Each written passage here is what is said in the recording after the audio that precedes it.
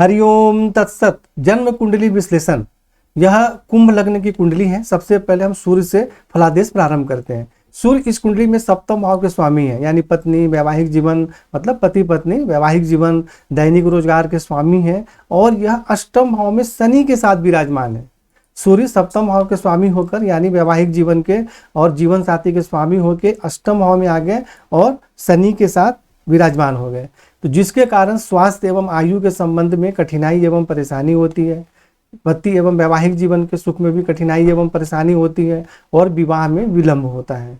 यहाँ से द्वितीय भाव में दृष्टि के कारण धन एवं कुटुंब का सुख प्राप्त होता है, धन का संग्रह होता है, परंतु शनि के साथ पीड़ित होने के कारण श्रेष्ठ लाभ प्राप्त नहीं हो पाता है। ऐसी स्थिति में सूर्य की आराधना करें, सूर्य का मंत्र जाप करें और शनि से संबंधित दान एवं उपाय करें।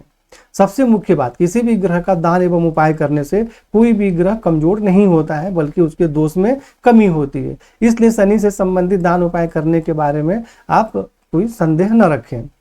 चंद्रमा इस कुंडली में षष्ठ भाव के स्वामी है, रोग एवं शत्रु के स्वामी है और द्वितीय भाव में विराजमान है। तो द्वितीय भाव में यदि चंद्रमा अकेले विराजमान है तो कोई ज्यादा परेशानी नहीं है, परंतु यहाँ भी चंद्रमा भी जो है शनि से पीड़ित हो गए और द्वितीय भाव में जाकर पीड़ित हो गए, तो जिसके कारण धन एवं कुटुंब के सुख में कठिनाई एवं परेशानी होती है। कुटुंब से मतभेद भी हो जाता है, मानसिक परेशानी होती है और आंखों से संबंधित परेशानी होने की संभावना बहुत ज्यादा रहती है और शत्रु पक्ष से भी मानसिक परेशानी होती है। और चंद्रमा यहाँ से दृष्टि डाल रहे हैं अष्टम भाव में, तो जिसके कारण आयु में वृद्धि होती है, परंतु चंद्रमा पीड़ित है, जिसके कारण श्रेष्ठ लाभ प्राप्त नहीं हो पाता है और परेशानी होती है। परंतु चलित कुंडली में चंद्रमा यहाँ आ जा रहे हैं, लग्न में आ जा रहे हैं, तो चलित कुंडली में तो ज्यादा परेशानी नहीं होगी, लेकिन यहाँ भी परेशानी होगी, क्योंकि चलित कुंडली में आ जाएंगे तो फिर केतु के प्रभाव में आ जाएंगे। यानी लग्न कुंडली में चंद्रमा जो है वह शनि से पीड़ित है और चलित कुंडली में जो चंद्रमा है वह केतु से पीड़ित है। तो दोनों ही स्थितियों में मानसिक परेशानी के योग बनते हैं। और द्वितीय भाव में जब पीड़ित होंगे तो धन एवं कुटुंब से संबंधित परेशानी होगी और लग्न में जब पीड़ित होंगे तो स्वास्थ्य से संबंधित परेशानी होगी और मानसिक परेशानी बनी रहेगी। इसलिए चंद्रमा पर विशेष ध्यान देना जरूरी है, क्योंकि चंद्रमा का हमारे जीवन में बहुत ज्यादा महत्व है। चंद्रमा मन के कारक होते हैं और इसके विषय में विस्तार से मैं अपने वेबसाइट पर लेख लिखा हूँ, उसको पढ़ के आप समझ सकते हैं। मंगल इस कुंडली में तृतीय भाव के स्वामी है, दसम भाव के स्वामी है, यानी कि पराक्रम के स्वामी है, भाई बहन के स्वामी है, पिता राज रोजगार के स्वामी है और मंगल नवम भाव में विराजमान है। यानी दसम भाव से देखा जाए तो स्वयं से द्वादश भाव में विराजमान है, तो जिसके कारण कुछ कठिनाइयों के साथ पिता राज रोजगार के क्षेत्र में सुख सम्मान एवं सफलता प्राप्त होती है।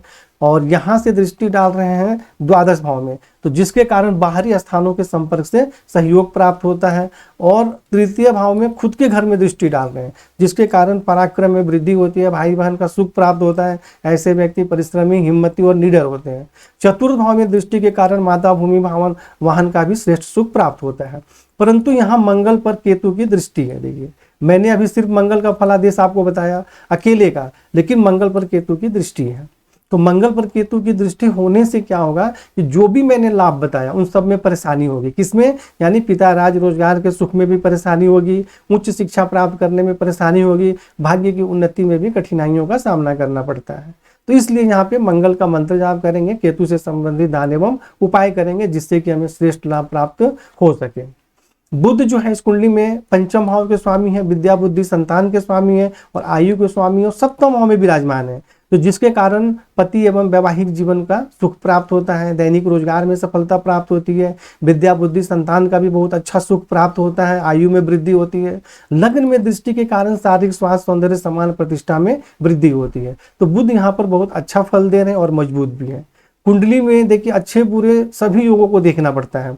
जैसा कि मैंने यहाँ बताया कि सप्तम भाव का स्वामी अष्टम भाव में शनि से पीड़ित है, तो वैवाहिक जीवन में परेशानी का योग है, लेकिन बुध यहाँ पर वैवाहिक जीवन का सुख भी दे रहे हैं, तो इस तरह मिला जुला प्रभाव होता है। और बुध के बाद हम शुक्र के विषय में, गुरु के विषय में चर्चा करते हैं। तो गुरु जो है इस कुंडली में आमदनी भाव के स्वामी है और धन भाव के स्वामी है, खुद के घर में बैठे हैं। यह बहुत ही अच्छा योग है। धन एवं कुटुंब का श्रेष्ठ सुख प्राप्त होता है, धन का संग्रह होता है। ऐसे व्यक्ति को जीवन में कभी भी धन की कमी नहीं होती है, आमदनी बहुत अच्छी होती है, अचानक लाभ प्राप्त होता है। यहाँ से गुरु दृष्टि डाल रहे हैं षष्ठ भाव में, अपने उच्च राशि में, जिसके कारण शत्रु पक्ष पर प्रभाव रहता है और नौकरी में बहुत अच्छी सफलता प्राप्त होती है। ननिहाल पक्ष से भी सहयोग प्राप्त होता है। अष्टम भाव में दृष्टि के कारण आयु में वृद्धि होती है और किसी प्रकार के विशेष ज्ञान के क्षेत्र में भी सफलता प्राप्त होती है। 10वां भाव में दृष्टि के कारण पिता राज रोजगार के क्षेत्र में सुख सम्मान एवं सफलता प्राप्त होती है और उच्च पद प्राप्त होता है। और चलित कुंडली में गुरु लग्न में आ जा रहे हैं तो लग्न में आने के कारण मतलब सामान्य स्वास्थ्य से संबंधित कुछ परेशानी होती है, परंतु मान सम्मान प्रतिष्ठा भी प्राप्त होती है। और यहाँ भी अगर गुरु आ जाएंगे तो धन एवं कुटुंब का सुख एवं आमदनी के क्षेत्र में सफलता ही प्राप्त होती है। उसके बाद हम शुक्र के विषय में चर्चा करते हैं। तो शुक्र इस कुंडली में राजयोग कारक ग्रह है, चतुर्थ भाव के भी स्वामी है और 9वें भाव के भी स्वामी है और खुद के घर में बैठे हैं, तो यह बहुत ही अच्छा योग है। ऐसे व्यक्ति प्रबल भाग्यशाली होते हैं, ऐसे व्यक्ति पर देवीय कृपा प्राप्त होती है और उच्च शिक्षा प्राप्त होती है, धर्म का पालन करते हैं, माता भूमि भवन वाहन का श्रेष्ठ सुख प्राप्त होता है। और यहाँ से तृतीय भाव में दृष्टि के कारण भाई बहन का सुख प्राप्त होता है, पराक्रम में वृद्धि होती है। शनि इस कुंडली में लग्नेश है एवं द्वादश भाव के स्वामी, यानी विदेश के भी स्वामी है और लग्नेश मुख्य मतलब कुंडली के ग्रह हैं और ये अष्टम भाव में चले गए। तो अष्टम भाव में आने के कारण सिर्फ शनि के विषय में मैं पहले बताता हूँ, फिर हम आपको सूर्य के साथ का फलादेश बताऊंगा। तो शनि यदि अकेले हो तो कोई बहुत ज़्यादा परेशानी नहीं होती, आयु में वृद्धि होती और कुछ कठिनाइयों के साथ जीवन में उन्नति होती। और यहाँ से शनि जब दृष्टि डालेंगे 10वें भाव में तो पिता राज रोजगार के क्षेत्र में कुछ कठिनाई एवं परेशानी होती है।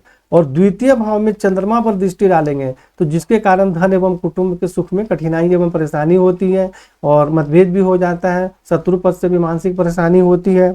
और पंचम भाव में दृष्टि के कारण विद्या बुद्धि संतान का सुख प्राप्त होता है। लेकिन यहाँ शनि सूर्य के साथ विराजमान है, तो जिसके कारण जहाँ सूर्य शनि की जो दृष्टि का मैंने फलादेश बताया वह सब तो सही है, परंतु यहाँ शनि सूर्य के साथ अष्टम भाव में विराजमान है, तो जिसके कारण स्वास्थ्य एवं आयु के संबंध में कठिनाई एवं परेशानी होती है। पेट के सबसे निचले भाग में किसी प्रकार की बीमारी होने की संभावना रहती है या कुल्हे के आसपास भी चोट इत्यादि लगने की संभावना रहती है। परंतु चलित कुंडली में सूर्य यहाँ आ जा रहे हैं, बुध के साथ आ जा रहे हैं, तो लग्न कुंडली में तो ये परेशानी का योग है, परंतु चलित कुंडली में परेशानी का योग नहीं है। चलित कुंडली में फिर यहाँ जब सूर्य आएंगे तो राहु से सूर्य पीड़ित हो जाएंगे, तो सूर्य तो दोनों जगह पीड़ित हो ही रहे हैं, इसलिए मैंने पहले ही बताया सूर्य का उपाय जो करना है वो तो आपको करना है, लेकिन यहाँ शनि और सूर्य के संबंध के साथ क्या प्रॉब्लम होगी यह मैं आपको समझाने का प्रयत्न कर रहा था। राहु जो है यहाँ पर एकादश भाव में विराजमान है, जिसके कारण आमदनी प्राप्त करने में कुछ कठिनाई एवं परेशानी होती है और कभी अचानक लाभ प्राप्त होता है तो अचानक नुकसान भी हो जाता है। तृतीय भाव में दृष्टि के कारण पराक्रम में तो वृद्धि होती है, परंतु भाई बहन से मतभेद हो जाता है, उनके सुख में कुछ कमी भी होती है और हाथ या कंधे पर चोट इत्यादि लगने की संभावना रहती है। पंचम भाव में दृष्टि के कारण विद्या बुद्धि संतान का श्रेष्ठ सुख प्राप्त होता है। अब यहाँ देखिए कि एक ही ग्रह लाभ हानि दोनों देते हैं, अलग अलग जगह पर दृष्टि डालकर अलग अलग फल देते हैं। और यहाँ से सप्तम भाव में दृष्टि के कारण वैवाहिक जीवन में बहुत ज्यादा कठिनाई एवं परेशानी होती है और विवाह में विलंब होता है। और चलित कुंडली में सूर्य भी यहाँ आ जा रहे हैं, यानी कि लग्न कुंडली में भी सूर्य पीड़ित है और चलित कुंडली में भी सूर्य का घर और सूर्य दोनों पीड़ित हो जा रहे हैं, इसलिए वैवाहिक जीवन में बहुत ज्यादा परेशानी का योग है। इसलिए प्रारंभ से ही इसका उपाय करना चाहिए ताकि जब विवाह का समय आए तब तक सारी समस्याएं आपकी ठीक हो जाए। आप सोचेंगे कि 1-2 महीने में उपाय करके ठीक कर लेंगे, तो ऐसा कुछ भी होने वाला नहीं है। विवाह के 4-5 साल पहले से ही ये सब उपाय करना जरूरी होता है ताकि धीरे धीरे उसका प्रभाव खत्म होता जाए। और केतु के विषय में चर्चा करते हैं तो यहाँ पर कुछ कठिनाइयों के साथ विद्या बुद्धि संतान का सुख प्राप्त होता है, पेट में किसी प्रकार की कुछ सामान्य परेशानी हो सकती है। और यहाँ 9वें भाव में मंगल पर दृष्टि के कारण पिता राज्य रोजगार भाई बहन इन सब से परेशानी कुछ होती है, कुछ मतभेद भी रहता है, उच्च शिक्षा प्राप्त करने में भी परेशानी होती है और भाग्य की उन्नति में भी कठिनाई एवं परेशानी होती है। एकादश भाव में दृष्टि के कारण आमदनी बहुत अच्छी होती है।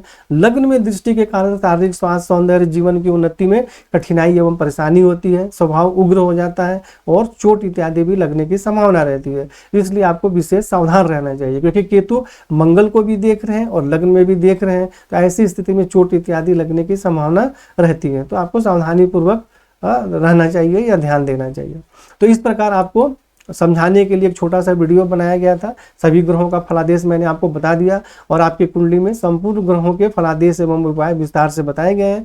तो आप उस कुंडली को भी देखें और इस वीडियो को भी देखें और फिर आप विस्तार से चर्चा करें। हरि ओम तत्सत।